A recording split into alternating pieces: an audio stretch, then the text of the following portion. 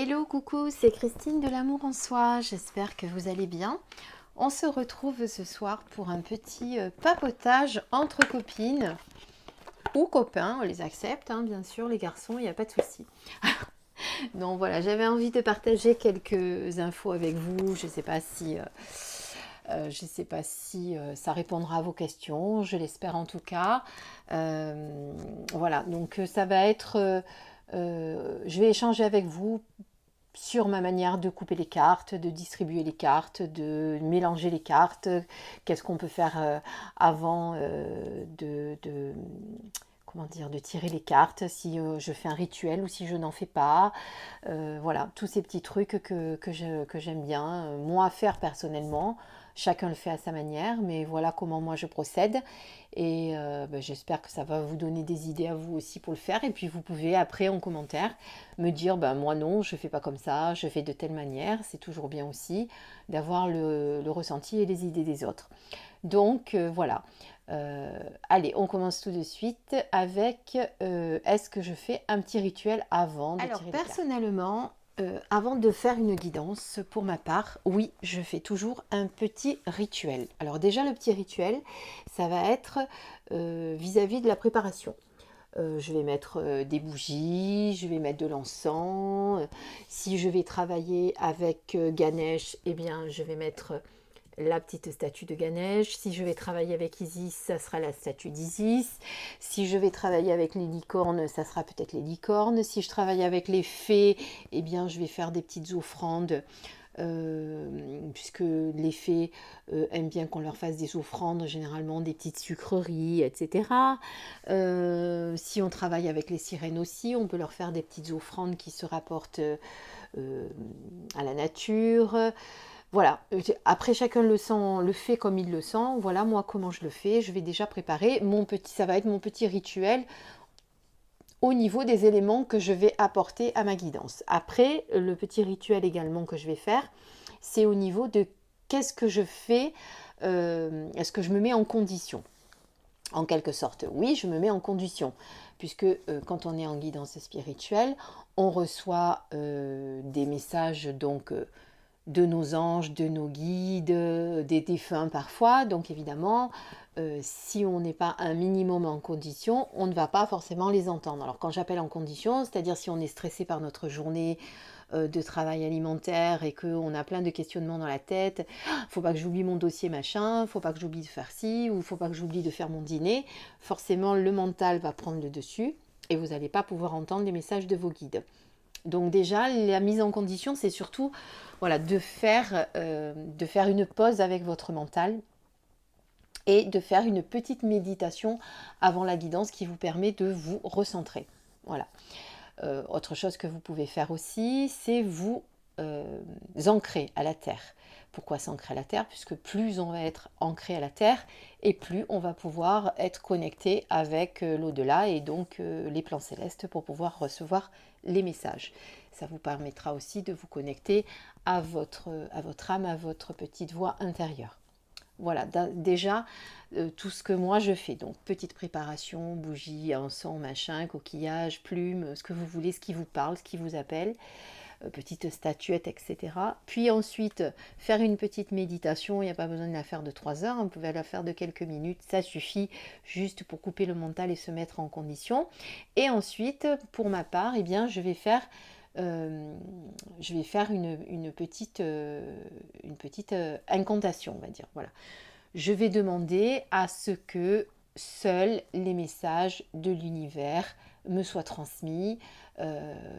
Voilà. Et ce que j'ai fait, moi, en fait, c'est que j'ai pris plusieurs idées. Donc, je vais vous montrer mon petit grimoire. Alors, je ne vais pas tout vous montrer parce qu'un grimoire, il y a des secrets et forcément, je ne vais pas tous vous les montrer. Mais voilà, moi, j'ai un petit grimoire, ce petit livre-là, dans lequel je mets tout ce qui me passe par la tête, tout ce que je vis aussi.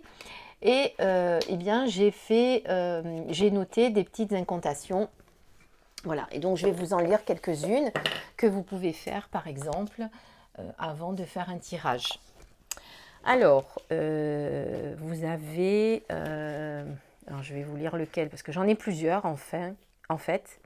Alors, vous pouvez dire, par exemple, donc pour faire un rituel, pour demander à mes guides, Je demande à mes guides spirituels que seul leur message soit délivré par ces cartes, que leur lumière divine enveloppe ces cartes. Aidez-moi à voir, entendre, sentir et comprendre les messages que vous voulez me faire passer, que cette lecture soit une bénédiction pour toutes les personnes impliquées. Protégez-moi ainsi que ceux qui me sont chers des énergies discordantes et négatives. Voilà, ça c'est un exemple du rituel. J'en ai quelques-uns comme ça. Ça peut être aussi je demande à l'univers que seuls ces messages soient livrés par ces cartes, des messages clairs et dignes de confiance, que la lumière divine enveloppe ces cartes. Protégez-moi ainsi que ceux qui me sont chers. Aidez-moi à voir, entendre, sentir et comprendre les messages que vous voulez me faire passer. Que cette lecture soit une bénédiction pour chacune des personnes impliquées. Merci de votre bienveillance et de votre précieuse aide.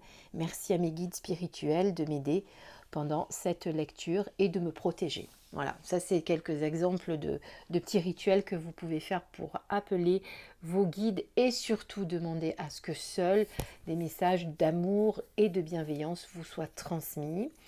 Moi, ce que je fais également, c'est que je demande généralement, mais ça c'est pour moi personnellement, parce que je sais qu'il me suit et qu'il est souvent là pour me protéger, je demande la protection de l'archange Michael. Je lui demande de me protéger également des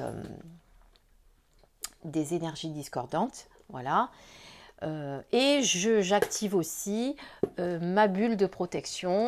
Voilà, je m'imagine dans une bulle de protection et je demande pareil que seule la lumière et les êtres de lumière puissent passer à travers cette bulle de protection. Voilà, il faut se protéger, sachez-le.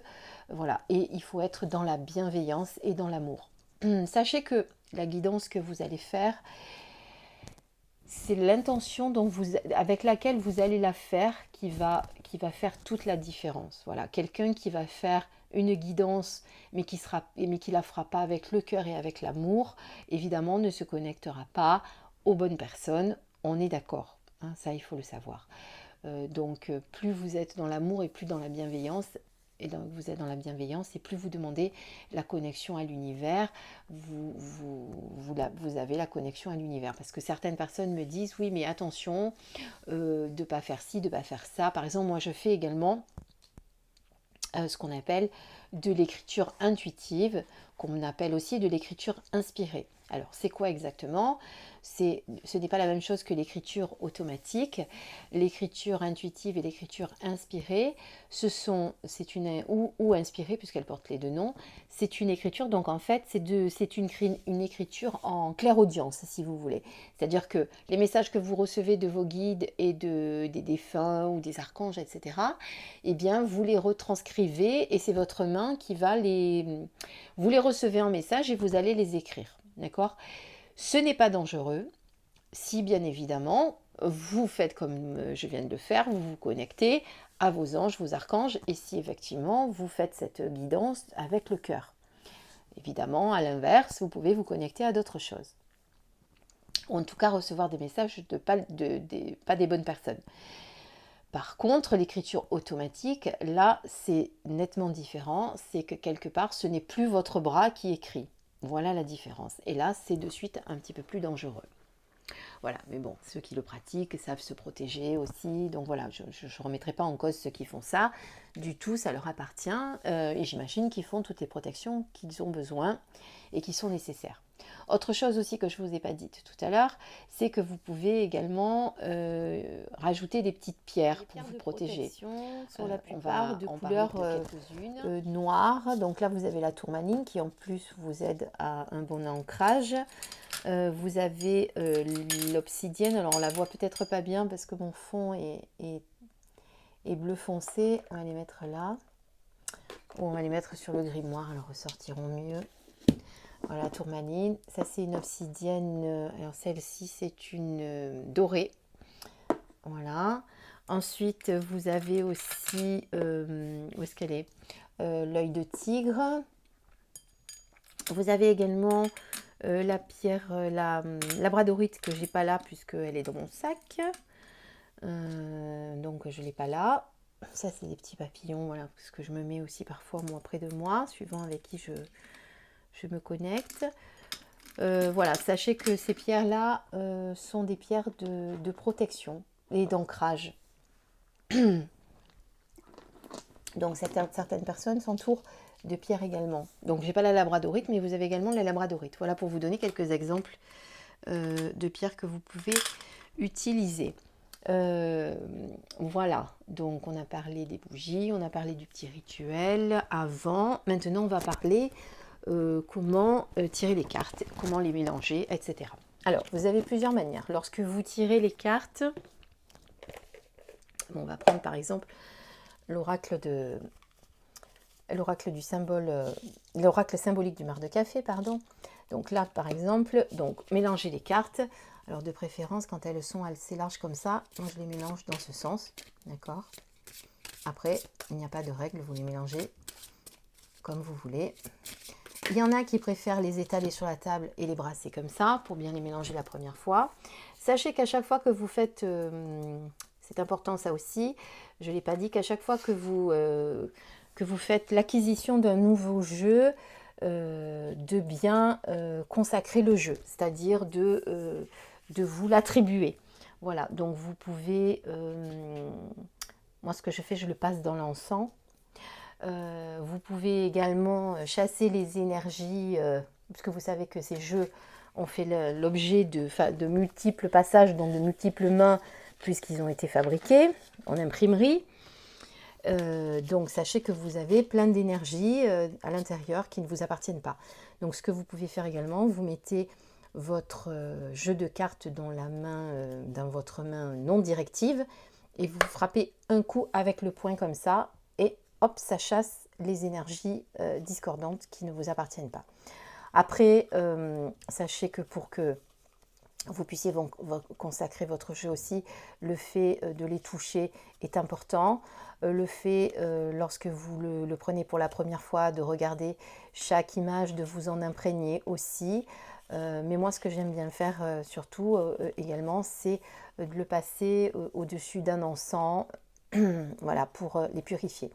Il faut le faire également après chaque tirage. Chaque fois que vous avez fait un tirage, vous les passez au-dessus d'un encens. Et quand je n'ai pas d'encens, que je suis un petit peu dans l'urgence, entre guillemets, moi je le fais aussi au-dessus d'une bougie. C'est juste, il faut savoir que c'est l'intention que vous y mettez. C'est-à-dire au moment où vous la passez au-dessus de la bougie, vous dites que vous demandez à ce que les cartes soient purifiées. Voilà. Après, il y en a d'autres qui le font d'une autre manière. Ça, chacun voit comme il veut. On peut mettre aussi un cristal de roche dessus pour les purifier. Une fois que vous avez terminé, ou pendant, ou avant, ou après, etc. Voilà. Alors ensuite, si vous faites un tirage donc pour vous-même. Donc si vous faites un tirage pour vous-même, évidemment, vous allez les mélanger vous. D'accord ? Si vous faites un tirage pour quelqu'un d'autre, est-ce que vous les faites mélanger par cette personne ou pas? Alors, chacun fait comme il veut, il n'y a pas d'obligation. Moi, pour ma part, je ne les fais pas mélanger par la personne, je les mélange moi. Je fais couper par contre la personne, toujours de la main du cœur. Pourquoi je ne fais pas mélanger la personne à qui au consultant, on va dire, voilà, ça sera plus simple. Tout simplement parce que les seules fois où je les fais, ils savent pas les mélanger, ils me les abîment. Alors moi, voilà, j'aime pas qu'on abîme mes oracles, et en plus je n'aime pas forcément que les autres les aient en main. Bon, c'est peut-être bête, c'est peut-être comme ça, mais bon, voilà, moi je suis comme ça. Je n'aime pas prêter mes cartes, je n'aime pas que les autres les aient en main, et normalement on ne doit pas les prêter non plus. Voilà, si elles sont à vous, elles doivent rester vôtres. Après, vous pouvez faire une purification. Si par exemple vous achetez des cartes d'occasion, puisqu'il existe des groupes maintenant qui font des échanges et des ventes, moi je suis sur un groupe, j'en ai acheté d'occasion, évidemment, elles ont été brassées par la personne qui les possédait, et bien vous faites votre petit rituel avant pour les consacrer, vous pouvez faire Vous pouvez réciter une petite prière, voilà, vous pouvez choisir plein de choses. En plus, dans les tarots, que ce soit de Dorine Virtuée ou dans la plupart des tarots ou des oracles que vous utilisez, que vous achetez, l'auteur vous propose toujours en introduction, au moment de comment utiliser les cartes, il vous propose toujours des petites consécrations, des petits rituels, etc. Vous voyez, par exemple, là, à côté de moi, j'ai l'oracle des licornes. Elle vous explique comment battre les cartes, comment poser les questions, et elle vous dit comment faites connaissance avec vos guides licornes et bénissez votre jeu de cartes. Donc, vous voyez, elle vous explique comment entrer en contact avec les cartes de l'oracle de licorne. Battre les cartes, suivre son intuition, je regarde ce qu'elle dit. Non. Bon, elle donne beaucoup de détails, donc je ne vais pas tout vous lire, parce que je pensais qu'il y avait peut-être un rituel. Je vais regarder sur un autre que j'ai à côté de moi, s'il n'y aurait pas un petit rituel plus simple, par exemple sur l'oracle chamanique, médecine chamanique. Alors, est-ce qu'elle vous propose un petit rituel? Enfin, Dorine Virtuée est une habituée vraiment à vous le proposer. Non, là par exemple, elle en propose pas. C'est pas grave, mais en tout cas sachez que vous pouvez en trouver sur internet si vous avez des envies d'idées, etc. Vous savez que maintenant sur le net on peut tout trouver. Donc on en était à comment battre les cartes et qui les mélange. Donc moi personnellement, si je fais un tirage pour la personne qui est en face de moi, donc elle est en présentiel, je bats les cartes et je la fais couper, d'accord? Et ensuite évidemment, comme c'est moi qui vais faire la lecture, je ne mets pas les cartes devant elle, sinon je ne vais pas arriver à les lire. Donc imaginons que la dame est en face de moi, c'est elle qui va tirer les cartes, elle va les mettre devant moi, d'accord? Et dans le sens que je vais les lui demander, le nombre que je vais lui demander. Ensuite évidemment, je les retourne vers moi pour pouvoir faire l'interprétation et pour pouvoir les voir. D'accord? C'est pas elle qui se les met devant, elle ne va pas faire sa propre interprétation, sauf si vous faites en guidance, ça peut se faire aussi en développement personnel, qu'elle les met devant vous et que du coup vous lui demandez, elle, ce que lui disent les cartes, qu'est-ce qui ressort des cartes, quel est le ressenti qu'elle a au moment où elle regarde les cartes. Ça peut se faire aussi comme ça. Mais sinon, ça se fait plutôt dans l'autre sens. D'accord? Ensuite, donc si par exemple vous faites un tirage pour quelqu'un qui n'est pas là. Là on était en présence, on imagine que c'est un tirage pour quelqu'un qui n'est pas là. Alors pour faire la différence entre les tirages que vous faites à vous et les tirages que vous faites pour quelqu'un, moi j'ai une petite astuce. Quand c'est pour moi, je mélange, je coupe avec la main gauche. On regarde la coupe. Et ensuite, on étale et on tire. Si je le fais pour quelqu'un qui n'est pas là, eh bien, je vais faire le tirage, le mélange, la coupe de la main droite ou pas. Je ne coupe pas forcément, sauf si, comme le Béline, la coupe est importante. Mais ce n'est pas une obligation. Et ensuite, je vais les tirer de la main droite. Donc, quand c'est pour moi, je coupe et je tire de la main gauche. Quand c'est pour quelqu'un, je coupe ou je ne coupe pas. Ça dépend du jeu que j'ai entre les mains. Et je tire de la main droite. Donc, en imaginant que la personne n'est pas là, bien évidemment. Si elle est là, c'est elle qui va couper son jeu avec la main gauche. Voilà la petite différence. Donc, ça, c'est pour les personnes... Donc ça c'est pour les tirages. Alors après, comment étaler ces cartes? Alors ça va dépendre du jeu que vous utilisez. Si vous utilisez une guidance pour avoir les énergies du jour, eh bien vous faites comme on vient de dire et vous sortez qu'une carte. Voilà. Et les énergies du jour, c'est recevoir, par exemple, sur ce jeu-là.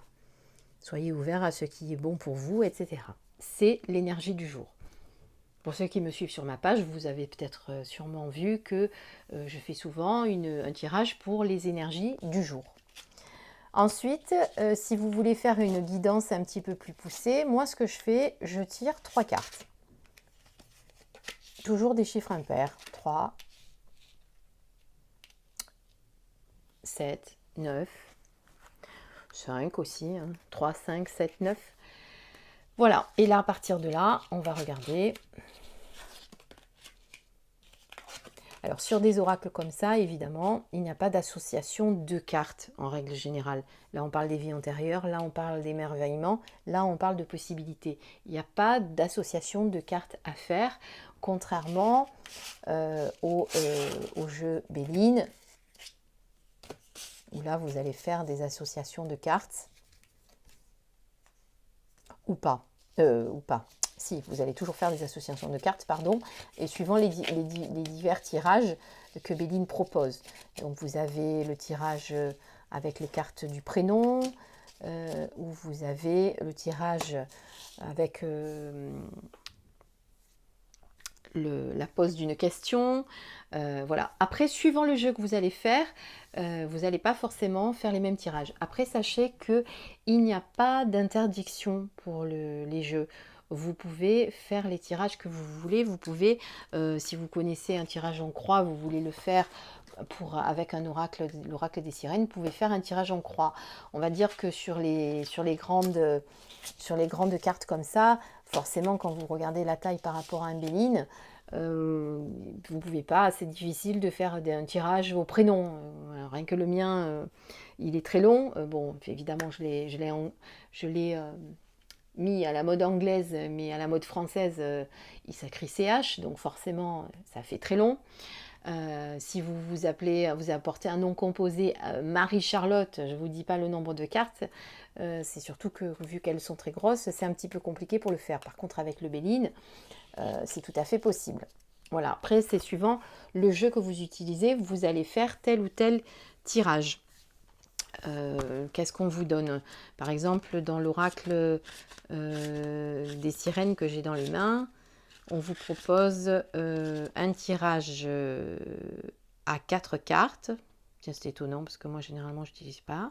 Mais eux, ils font la 1, le passé, la 2, le présent, la 3, le futur, la 4, la carte lumière. Ils font la carte étoile. Ils font la carte, ça c'est à 7 cartes. Le tirage Pégase, qui est jusqu'à 8 cartes. Bon, ils en utilisent quand même pas mal. Et le tirage licorne jusqu'à 9 cartes. Voilà. Donc, vous voyez que, bon, suivant les auteurs, ils vont vous proposer divers tirages. Après, vous n'êtes pas obligé de suivre à la lettre les tirages que fait l'auteur. Vous pouvez vraiment le faire à votre guise, à l'intuition, comme vous le sentez. Il n'y a pas d'obligation là-dessus. Alors voilà, on a parlé du tirage. Qu'est-ce qu'on peut faire maintenant? Bien, une fois qu'on a terminé, évidemment, on va purifier ces cartes, comme je vous expliquais tout à l'heure, au-dessus d'un encens. De temps en temps, c'est bien aussi de purifier le petit pochon et la boîte. Il y en a qui purifient tout. Voilà, bon, ben, vous passez tout au-dessus de la flamme. Voilà ce qu'on peut dire aussi pour ça.